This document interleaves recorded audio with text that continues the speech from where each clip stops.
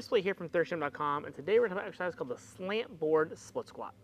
For this exercise, what you're going to need is a slant board, and I've got an Airex pad here for comfort and for depth measurement, but totally optional. You don't have to have this, and you need a pair of dumbbells. So we're going to perform our regular split squat, but we're going to use the slant board, starting with both of our feet here on here to get a good position.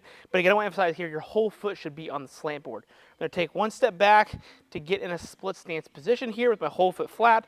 Notice that my knee is already somewhat bent, so I'm never going to be able to get a full knee extension here in this position, which is totally okay. It's going to be great for keeping at least constant tension on that quad. Dumbbells are by our side. We're going to go down until we touch that Airex pad if you happen to have one. If not, you could use another object like a cushion or whatever, or you can just stop yourself if you want to. I personally like having the feedback from myself and my athletes and then standing up from this position.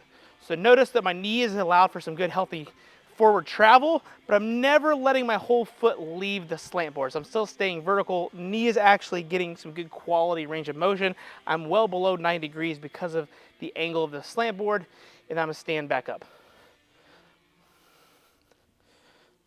So this exercise works great for a couple of reasons. One, again, it's going to really emphasize the quads. If you're looking for a good knee healthy variation of performing a split squat or some kind of single leg variation, this is one that works really well because it allows for that healthy forward knee travel, but still at the same time giving you some single leg strength as well.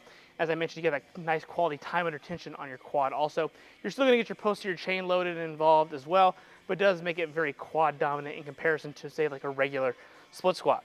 The reason you use a slant board is by keeping your whole foot flat. It's going to help bias us into that external rotation, so it's going to let us load that posterior hip capsule a little bit better. So for many people that may be lacking range of motion in their posterior hip capsule, this may be a good way for them to have access that and also blow their quads up in the process.